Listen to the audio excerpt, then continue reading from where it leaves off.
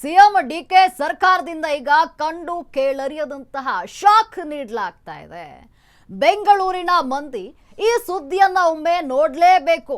ಇದು ಬೆಂಗಳೂರಿಗರಿಗೆ ಸಂಬಂಧಿಸಿದಂತಹ blasting ಸುದ್ದಿಯಾಗಿದೆ. DK Shivakumar ಸರ್ಕಾರದಿಂದ ಈಗ ಕಂಡು ಕೇಳರಿಯದಂತಹ ಶಾಕ್. ಬೆಂಗಳೂರಿನ ಮಂದಿ ಸುದ್ದಿಯನ್ನ ನೋಡಲೇಬೇಕಪ್ಪ. ಇದು ಬೆಂಗಳೂರಿಗೆ ಸಂಬಂಧಿಸಿದಂತಹ ಬ್ಲಾಸ್ಟಿಂಗ್ ಸುದ್ದಿ. ಬೆಂಗಳೂರಿನ ಭೂಮಾಲೀಕರೇ ಗಮನಿಸಿ ಇದು ನಿಮಗೆ ಸಂಬಂಧಿಸಿದಂತಹ ಸುದ್ದಿ. ನಿಮ್ಮಪ್ಪ ತಾತನ ಆಸ್ತಿ ಇದ್ರೆ ಅದನ್ನ ಪಾಲು ಮಾಡಿಕೊಳ್ಬೇಕು ಅಂತ ಇದ್ರೆ ಅದಕ್ಕೆ ಕುತ್ತು ಬಂದಿದೆ ನೋಡಿ. ನಿಮ್ಮ ಅಪ್ಪ ಅಥವಾ ತಾತನ ಕಾಲದ ಭೂಮಿಗೆ ಬರ್ತಾ ಇದೆ ಕುತ್ತು. ಬೆಂಗಳೂರಿನ ಭೂಮಾಲೀಕರಿಗೆ ಬಿಗ್ ಮರ್ಮಾಘಾತ ಆಗ್ತಾ ಇದೆ.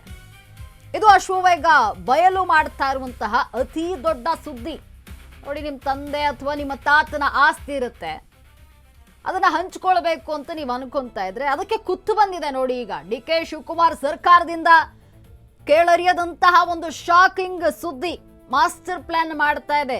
ಬೆಂಗಳೂರಿನ ಮಂದಿ ಈ ಸುದ್ದಿಯನ್ನ ನೋಡ್ಲೇಬೇಕು. ಇದು ಬೆಂಗಳೂರಿಗೆ ಸಂಬಂಧಿಸಿದಂತಹ ಬ್ಲಾಸ್ಟಿಂಗ್ ಸುದ್ದಿಯಾಗಿದೆ ನೋಡಿ. ಬೆಂಗಳೂರಿನ ಭೂ ಮಾಲೀಕರೇ ಗಮನಿಸಿ ಸುದ್ದಿಯನ್ನ ಒಮ್ಮೆ ನೋಡಿ. ನಿಮ್ಮ ಅಪ್ಪ ಅಥವಾ ತಾತನ ಕಾಲದ ಭೂಮಿಗೆ ಈಗ ಕುತ್ತು ಬರ್ತಾ ಇದೆ. ಅಂದ್ರೆ ರಾಜ್ಯ ಸರ್ಕಾರ ಡಿ ಕೆ ಶಿವಕುಮಾರ್ ಸರ್ಕಾರದಿಂದ ಈಗ ಹೊಸ ನಿಯಮವನ್ನ ತರಲು ಮುಂದಾಗ್ತಾ ಇದೆ. ಇದರಿಂದ ತಂದೆ ಆಸ್ತಿ ಅಥವಾ ತಾತನ ಆಸ್ತಿಯಲ್ಲಿ ಪಾಲು ತೆಗೆದುಕೊಳ್ಬೇಕು ಅಂತಿರೋರಿಗೆ ಶಾಕಿಂಗ್ ವಿಚಾರ ಇದು. ಬೆಂಗಳೂರಿನಲ್ಲಿರುವಂತಹ ನಿಮ್ಮ ಪಿತ್ರಾರ್ಜಿತ ಆಸ್ತಿ ಪೀಸ್ ಬೆಂಗಳೂರಿನ ಬೆಲೆ ಬಾಳುವಂತಹ ಪ್ರಾಪರ್ಟಿ ಲೂಟಿಗೆ ಬಿಲ್ಡರ್ಸ್ ಈಗ ಬಿಗ್ ಪ್ಲಾನ್ ಮಾಡ್ತಾ ಇದ್ದಾರೆ. ಸಿಎಂ ಡಿ ಕೆ ಸರ್ಕಾರದ ಮೂಗಿನಡಿಯಲ್ಲ ಈಗ ನಡೀತಾ ಇದೆ ಬಿಲ್ಡರ್ಸ್ನ ಸಂಚು. ನಿಮ್ಮ ಮನೆಯ ಕಸದಿಂದ ಹಿಡಿದು ಕಂದಾಯದವರೆಗೆ ಟ್ಯಾಕ್ಸ್ ಕಟ್ತಾ ಇದ್ದೀವಿ. ಇವತ್ತಿನ ಜನರೇಷನ್ ಇವಿ ಕಾರು ಕೊಳ್ಳಲು ಹೋದ್ರೂ ಕೂಡ ಅಲ್ಲೂ ತೆರಿಗೆಯ ಹೊರೆ ಬೀಳ್ತಾ ಇದೆ.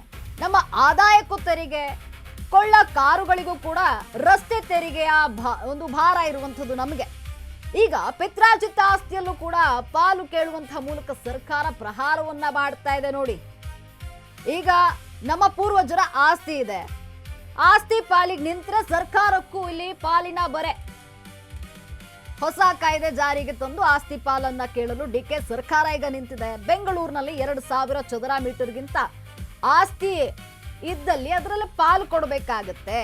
ಪಿತ್ರಾರ್ಜಿತ ಆಸ್ತಿಯಲ್ಲಿ ಬಿಲ್ಡರ್ಸ್ಗೆ ಧಾರೆ ಎರೆದು ಕೊಡಲು ಈಗ ಡಿ ಕೆ ಸಂಚನ್ನ ರೂಪಿಸ್ತಿದ್ದಾರೆ ನೋಡಿ. ಅಂದ್ರೆ ಈಗ ನಿಮ್ಮ ತಂದೆ ಆಸ್ತಿ ಇರುತ್ತೆ ಅಥವಾ ನಿಮ್ಮ ತಾತನ ಆಸ್ತಿ ಇರುತ್ತೆ, ಅದನ್ನ ಪಾಲ್ ತೆಗೆದುಕೊಳ್ಬೇಕು ಅಂತ ಇದ್ದೀರಾ. ಅದ್ರಲ್ಲಿ ಸರ್ಕಾರಕ್ಕೂ ಇಷ್ಟು % ಅಂತ ಕೊಡ್ಬೇಕಾಗತ್ತೆ. ಆ ಪರಿಸ್ಥಿತಿ ಈಗ ಬರ್ತಾ ಇರುವಂತದ್ದು. ಅಂದ್ರೆ ಡಿ ಕೆ ಶಿವಕುಮಾರ್ ಸರ್ಕಾರ ಅದಕ್ಕೆ ಸಂಚು ರೂಪಿಸ್ತಾ ಇದೆ ನೋಡಿ. ನಮ್ಮ ಆದಾಯಕ್ಕೂ ತೆರಿಗೆ, ಕೊಳ್ಳೋ ಕಾರುಗಳಿಗೂ ಕೂಡ ತೆರಿಗೆ ನಾವು ಕಟ್ತೀವಿ, ರಸ್ತೆಗೆ ತೆರಿಗೆ ಕಟ್ತೀವಿ.